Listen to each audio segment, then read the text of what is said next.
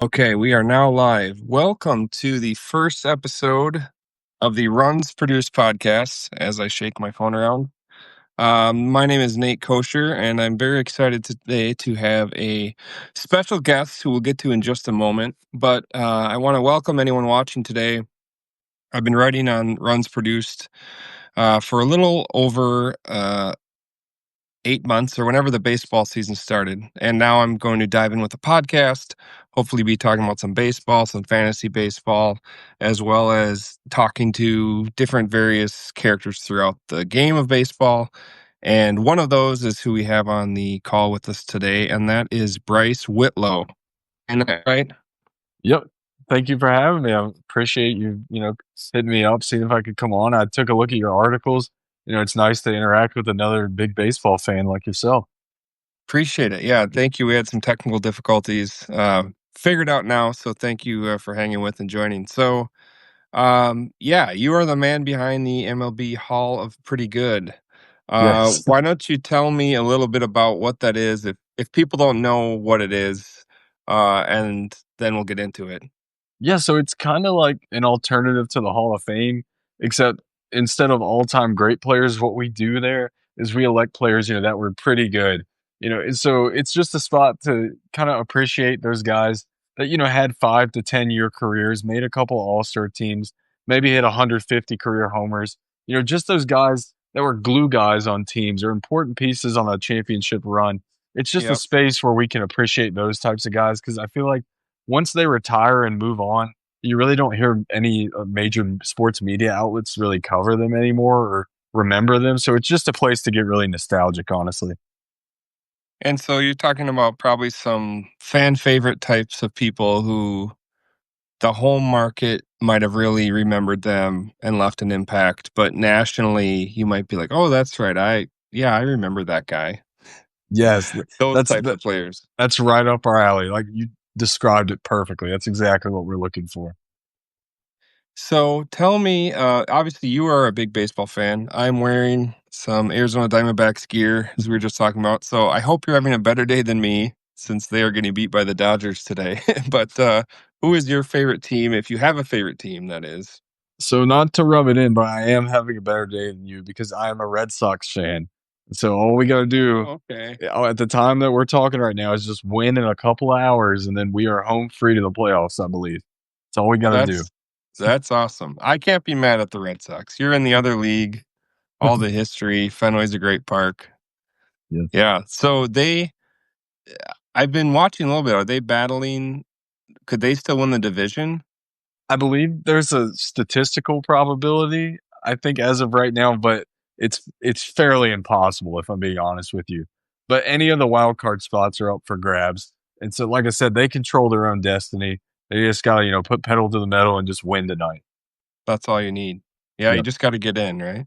Yes. I mean, we saw it with 2023 with the Rangers and your Diamondbacks, right? Coming through right there. True. I mean, all you gotta do, you see it all the time in MLB. You just have to make the playoffs and anything can happen. Yep. Get hot at the right time and Exactly. have those pitchers lock in, and you're good to go. Yes, back to the Hall of Pretty Good. So, how did you actually get the idea to start it, and then how long have you been doing this? Yeah, so I was just kind of, everybody has some downtime at work. I feel like whether Googling on their phone. I go on Baseball Reference when I have that time, and so I was like, what if we started like a little social media hall to celebrate some of these under the radar type of guys? And so then I just did it, and then little by little, it gained some traction. Some players started to notice it, and then it's kind of where it's at today. I started it in January of 2024, so we're coming close to 2 years with it, and Okay. so it's been a really fun ride. I expected maybe, a couple hundred people if I was lucky to notice it. But I've been overwhelmed with the amount of people that have noticed it and the joy it seems to bring some people, just to have a community where you can talk about these players that they grew up loving. It's I think I started following you early this season, but it seemed to really explode over the course of the summer, and players start following it and even having their own induction speeches or commenting on it. How did your numbers grow from season beginning to now we're at the end of the regular season? It's like you said, it's all because of the player interaction. I mean, we'll elect these guys, to our fictional little social media hall, and then they take it seriously and they'll campaign for it. You'll see them post about it, collab on the post, and then if they get elected, they'll type out a little speech. I've had a few people send me in video speeches like Josh Reddick, Eric Hosmer, AJ Pierzynski. They've done, some video speeches. And so I think having access to some of these players that they grew up in is what makes the fans come to the account, if I'm being honest. It's just the ability that, these guys notice this, and as a whole, baseball community, they notice us. And so I think fans find that really special. And so it's just a good connection with some of these players, I think. Yeah, it's definitely, I think, for some of the more hardcore fans. It's not for your casual baseball fans. This is for the people who are looking at Baseball Reference on their breaks, which is an awesome site. I always Yes. used to go look at Barry Bonds, some of his later seasons, and it just looks like a video game. I feel like I do that once a month. I just look at like, his '04 season just for fun. Yeah, And I mean, it's just nothing you'll ever see again. I mean, we might have the closest thing we'll get in a long time to him in MLB right now and Aaron Judge, but it's still not even quite at that level with all respect to him. yeah, no, it's insane. I mean, just the intentional walks that he got and his on base percentage because of that, just being intentionally walked, is astronomical. And he didn't even need, we could get into controversy of, enhancement and performance enhancing drugs, but he didn't even need it. He was that good of a player. So it's almost like he's like a superhero. Yeah, I mean, we saw, well, I didn't, it's a little before my time, but we all know what he did in Pittsburgh. I mean, he would have been a Hall of Famer if he kept playing that way as well. Right. Yeah, exactly. So speaking of players, who are pretty good, not Barry Bonds, opposite of Barry Bonds, but what are the requirements and the process that you go through when you're deciding who qualifies for pretty good? And I've participated in some of the votes, but how do you figure that all out? Yeah, so we have a pretty broad criteria, I'd say, which is intentional because we want to be as exclusive as possible. So I have a B war threshold, baseball reference war. And so you can't have more than 38.6 B war. And I chose that number. It seems a little specific to some people, Hmm. but it's to tuck us right under the Harold Baines line because that's Harold Baines' war. And he's a Hall of Famer. And he made it in. And Yeah, I'm not going to get into whether you think he's deserving or not, but it is commonly agreed that maybe he's a bit lower tier on the Hall of Fame list. So we wanted to tuck right under that. And then you can't have won an MVP or a Cy Young because, in my personal opinion, if you did that, then you were better than pretty good. And those MVPs and Cy Young yeah, winners, I mean, they're always going to be remembered too. This is for people who might not have a mention in the Hall of Fame or anywhere else like that. And so that's another rule. And then finally, you have to be either officially retired or inactive on an MLB roster for 3 seasons because you have some guys, who are just they're done, but they never make a formal announcement. So we wanted to include sure. them as well. And so I chose 3 years as the waiting period when you don't have a formal announcement. But other than that, those are the only rules we have. Like I said, it's very broad, but that's by design as well. So, you mentioned Harold Baines and being close on that line. So people could have been an all-star as long as it didn't bump up their WAR too high. Yeah, I don't know. I feel like modern day, especially with some of the fan voting, I feel like a lot of fans don't put as much stock necessarily into modern all-star selections, which might be a bit of a hot take, but I every year I just see people complain about the fan voting and stuff. So I didn't want to Sure. limit somebody, because they made all-star appearances just because of something like fan voting. I mean, remember what the Royals did like 10 years ago, where I swear like, 7 of the 9 guys Oh, were yeah. Kansas City Royals. So yeah, I felt like it would be a little harsh to include like an all-star limit. So that's why I didn't do that. I do remember that. They had, like, the whole infield covered. Yeah. And And Alex Gordon and Lorenzo Cain in the right. outfield, I think. It's also conceivable someone who's pretty good could have had a season where everything clicked for them. They had a hot first half, and they make that all-star team, but maybe they never do again, or maybe they only do one other time or something like that. Exactly. I mean, it's full of guys, who only made one or two off a hot first half. I mean, I feel like we see that all the time. Yeah. Yeah, that's pretty common. So here I have a few more questions for you. Mhm. Who would you say is your favorite currently active pretty good player? Who is the guy that meets that definition, who's a player you like. Could be anyone currently playing in the MLB. So I have 2 when I get asked this lately. One, he's not particularly well liked in a lot of circles, and I wasn't aware of that until I posted about him the other day. But it's Jeff McNeil, New York Mets. I Oh, think yeah. I think he's a perfect definition of what I'm looking for. I mean, batting title, all-star, makes great contact, okay with the glove. I mean, he seems to be disliked a lot. I posted about him. I got a lot of hate comments towards him, which I wasn't Oh, aware about. interesting. Yeah, I'm not sure. People just called him unlikable. I don't maybe I'm missing something there. And then another guy, well, I would have to say another infielder, JP Crawford of the Seattle Mariners, electric shortstop. Very fun Yes. guy to watch. He had a He's great year a couple he years ago, did. and then he got hurt, didn't he? Yes. Yeah. He's been putting in solid seasons lately. He's somebody like that. And if we're looking at catchers, Alejandro Kirk is a guy that pops into my mind as well in that field too. That's funny because I had him tagged. I'm gonna get into some catchers, but that's someone I actually flagged as Yes. meeting that definition. Um, Jeff McNeil, also a sneaky on base guy. Yes. Yeah, I he he, can make he good contact and selective at the plate. when I look at him, I just go, he's good at baseball. Like that's just how I describe Jeff Right. McNeil. Yeah, that's perfect. All right, so we'll get away from current players. Players that are actually in your hall right now. Who has been the most controversial induction? Mm. Early on, we had a pretty controversial one in Ricky Weeks. Um, he's not quite, and this is I'm speaking respectfully, but if I look at it, just from a statistical standpoint, he's a little bit behind some of the other guys that are in now. And so he was a bit controversial. He made it in at like 65% on the dot, which is the cutoff for us to get in. And then another guy that's gotten a lot of pushback lately, Jackie Bradley Jr. He's gotten some pushback too because Okay. I feel like a lot of people aren't sure how to evaluate defense necessarily. Yeah. And so they look at the OPS and the OPS plus and even the batting average, which is a bit of an old school thought to some people. And they're just like, how is he pretty good? But I feel like he's one of those guys that if you watched him play, you could be like, he was a good ball player. But I mean, we do have a lot of guys. I mean, JBJ's been out a couple of years now. There's some younger people and non Red Sox fans too who just didn't watch him maybe like some guys did. And so he's been very controversial when he gets brought up these days. Well, that's the first word that popped in my head for him was defense. And Yes. actually, if you're looking at, you know, baseball reference or BWAR, sometimes I'm surprised at how low someone's is when you remember them as a great offensive player. Or maybe they were a slugger and you're like, well, how do they, they might have 15 or 13 or something. And it's because of the defense that they did not have. Yeah. I Bradley's mean, the opposite. yeah, a perfect example of what you just brought up. Mark Reynolds is in the Hall pretty good as well.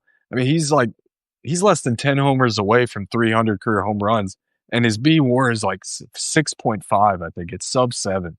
I mean, and that's Wow. because his Yeah, he defense was a at slugger.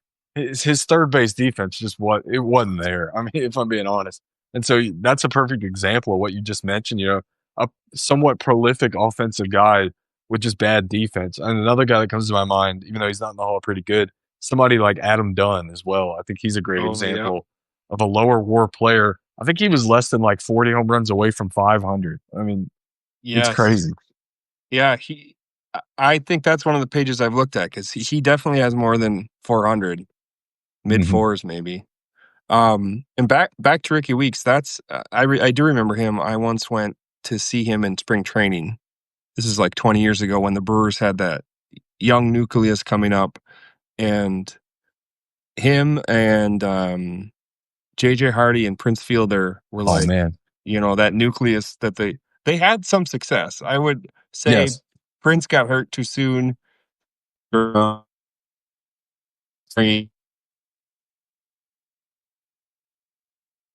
Maybe he was an all-star once or twice. He never quite could put it all together in the same season. Yes. He'd get hurt.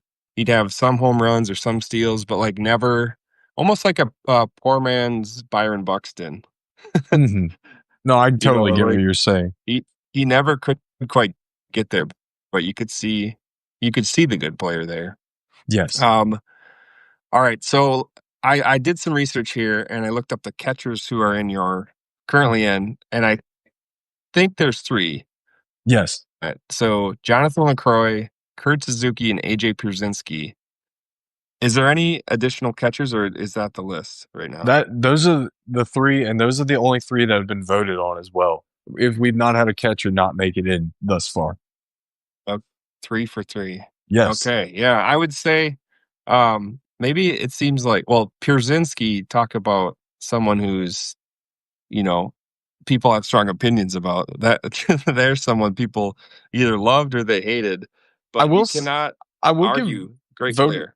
without a doubt. I will give voters credit though on Pierzynski. He finished over 90% of the vote.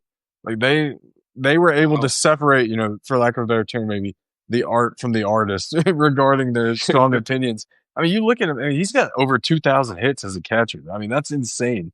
And so we do have people who are mature enough, participating to maybe look past how they personally thought of a player and just look at the stats and their impact on the game, which I thought, was really admirable for everybody who participates in the voting. Yeah, that's positive because people aren't, like, trolling or purposely voting down because he had longevity. He was a great leader on the field. I mean, he was here with the Twins for a while, and then Mhm. he was on the White Sox, but, yeah, he could rub people the wrong way. Suzuki, that was a sleeper. That was one of those that jumped on like, "Man, I forgot about him." And I went back and looked. He was even an all-star, which I didn't remember, but a solid player. Yeah, I believe he was an all-star with the Twins, surprisingly enough. I think he was, yeah. Yeah, which I think of him, as a member of the Athletics or the Braves, maybe even the Nationals. That Nationals, yep. the Twins stint just kind of, slips from my mind all the time. But he seemed to be like a really well-liked guy. The OPS plus, those numbers were a little low, but a decent WAR total, which means a lot to a lot of these voters, from what I hear. He got in the above 80%, I believe, of the vote, so it wasn't even close on him either. So just a really well liked guy from That's what it awesome. seems. So, I mentioned I was gonna talk to you about some catchers, so I wanna move into that now. So, I looked up Kirk. Kirk was the first person that jumped in my head.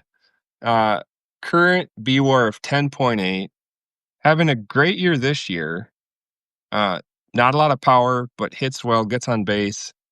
And I feel like he had a couple of down years, but now maybe this is like his high bar for what he can do. Yeah, Do you agree with that?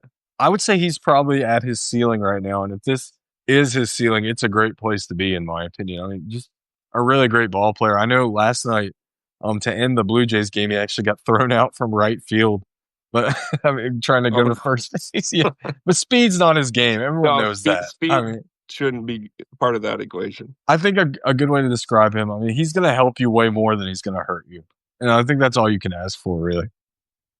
Yeah. Yeah, and he was an all-star this year Yes. also, so having a great year. Um, Another one I wanted to get your opinion on. He was injured, so he's not playing, but still active, been on a number of different teams. Gary Sanchez, 14.4 BWAR. I think he might have been the rookie of the year. Is he good enough, do you think, to make the Hall of Pretty Good? I'm gonna say no right now because I likability is a big factor. It seems like I know Pierzynski got a pass, but I feel like his stats were undeniable. I've Yeah. seen some people get voted no. For instance, we had BJ Upton get turned down, and I thought his stats were pretty in line with what we were looking for. But it turned out a lot of people just didn't like him. They didn't like his attitude. And so, and it's not really an attitude problem with Gary Sanchez. I just don't think Yankees fans are, that big on him anymore. And I could see them totally hijacking a vote. Yeah, And so they're a it's, powerful group. they really are. I mean, I see it sometimes with Red Sox people because I am a Red Sox fan, like I said. And so a lot of them will come in and vote when we have a Red Sox player. And so I could see the same thing happening for Gary Sanchez and it not working out. But I mean, he's got a shot still. Yeah, I mean, I was looking at his stats. He always seems to hit home runs. He's bounced around, almost been out of the league, worked his way back in, always slugs wherever he goes, but beyond the slugging, leaves a lot, to be desired. I was gonna say he's kinda had a second life. I thought he was done a few years ago, honestly.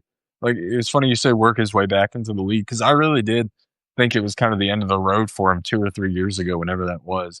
But he's seems like he's settled into a bit of a second life, and it looks like it's gonna keep going for at least another season or 2. Yeah, I remember that because I think he came back with the Mets, if I recall, and then last year got a chance with the Padres. He's definitely a good second catcher to have on your roster. He can jump in if your starter's hurt, can get you back to when the starter is healthy. Um, but yeah, a lot of home runs.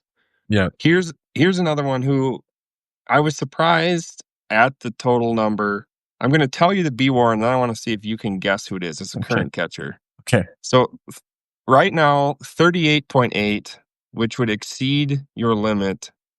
Do you have any ideas who that might be? Is it JT Realmuto? You got it. Yes, Yeah. it is. Yes, it is. Because in my head, I thought, oh, he must be, way out of eligibility, but he's close. But he was really. I mean, there was years where he was really good, probably too good to be considered, and now he's obviously done that on the field. But if you think of him, you almost think of a Hall of Famer. Like when I think of his name, I think, well, maybe he's even good enough to be a Hall of Famer. So there's even a group of people who are not quite good enough for the Hall of Fame, better than the Hall of pretty good. Yeah, it's I don't almost know what that is yet, it's but like a I little thought gray he's area one of of those. purgatory. Yeah. I mean, Yeah, maybe you could almost just call that the Hall of Very Good. I mean, that's a term I've true. heard used Yeah, I have before. heard that. Yeah, it is a bit of an in-between point for some guys, who are like 45 to like 55 B War, they kinda who don't necessarily make that push for the Hall of Fame, and I feel like that's probably where he's gonna be, and there's nothing wrong with that. I could see him getting a few Hall of Fame votes, though, when his time does come. Yeah, he had surprisingly solid year. He kind of hit a hot streak in the second half, and I think he's up to or near his career batting average, and he always gets those steals. He's Very sneaky speedy there. catcher, yeah, Yes. All right. So now I want to move to some retired catchers. I was doing some research, and I want to see if you think who best out of this list meets the criteria for the Hall of Pretty Good. gotcha. So some and similar to Real Mutu, some of them seem like they'd be too good, but they would qualify. So here's the list: Sandy Alomar, Jason Varitek, Benji Molina, Miguel Montero. Out of So that list, what are your So thoughts? it feels weird, seeing somebody like Veritek, because I'm aware that he was eligible as well. When you give me those names, I feel like the person that best exemplifies what we're trying to highlight is a guy like Miguel Montero. I think, I'm not sure. I think he's a sub 20 WAR guy, a couple of All Star teams. Great with the Diamondbacks. He had a little bit of a pop for some catching too. He could hit some home Yep. runs. I think he's perfectly in line with the type of player we're looking for now. I think all those guys you listed, Benji Molina might be close. He might get a Molina boost. I think all those guys are going to get in. But if I'm looking for like when I created this account, who's my ideal type of player, it would be Miguel Montero from those that you listed. Yeah, and maybe that was kind of a leading question because some of those guys have some pretty big numbers, but it seems like the true essence of what you're doing would be a Miguel Montero, not like Veritek or Alomar, because they were very good players. Once again, maybe some more longevity or less injuries, et cetera, they might be on that next echelon. But I was hoping you'd say that because I feel like, okay, that's the vibe that Yes. you're looking for. Yeah, like I said, the qualifications are broad, so stuff like that's going to happen. But I mean, nobody's forgetting Veritek anytime soon. Yeah, true. On that 04-07 team, he's on the coaching staff right now for the Red Sox. And he's very much still, in the public eye. People remember him, but you don't hear any conversation or really see any posts about Miguel Montero anymore, in my opinion. Yeah, no, 100%. So, this has been a great discussion, and I think I'll wrap up things here shortly. But what are your plans? Do you have any plans in the works you can tell us about? What is the next step? Will you be hanging some jerseys in the rafters? Will you ever have a physical location? What do you have any plans that you can tell us? if money was unlimited, and I was living the dream, a physical location would be my first thing that I'd do, obviously. But, I mean, that's easier said than done, but maybe we can get some type of, like, Shark Tank investor, to come in and give us Yeah, a throw us a few milli or something, or enough that'd be money to awesome. rent out a warehouse. I'd love to do that. Something I think that could be a real possibility maybe is having, like, an online induction ceremony maybe where we could get a lot of the guys that have been inducted to show up on, like, a call like this, and Oh, they that'd could get be really cool. and they could give, like, some live induction speeches. I think that's something that could actually be easily obtainable in the next few months if we really, tried to get creative with it and put our minds to it. I do think that's something that could happen. I didn't even think about that. I was thinking about, like Cooperstown or a museum with bricks and mortar, but yeah, that would be cool. Yeah, obviously, the dream would be for, a Cooperstown acknowledgement or, our own building. But if that couldn't happen, I do think a realistic goal that we could push for in under a year or even just in the next few months is like an online ceremony like that. That's awesome. And you'd have to find something a step down from Cooperstown, like a city that was, you know, the You know, essence of pretty good. although I've been to Cooperstown and, it's not a big city. It's a really cute, like little tiny town. Like I actually really love that I've it's there and not like I've never been there actually. I love that it's there and not like New York City or Boston or Philadelphia. It feels really nice that it's in like a small little beautiful town like that though, if I'm being honest. All right. Well, thanks again, Bryce, for joining. If people are trying to find you, where could they find you and follow if they wanted to check out all the things we're talking about? Yeah, thanks for having me. And at MLB Hall of Good on Instagram, we do our votes every Wednesday at 3 p.m. Eastern time. They last for 24 hours. And like I said, every Wednesday, so you can find us there and you can participate in the votes if you want. Awesome. Well, thanks again. And if this is your first time watching, this was actually our first episode. So hopefully we'll be having many more. The Runs Produced podcast. And thanks again, Bryce, for joining. Yeah, thank you for having me. It was a blast.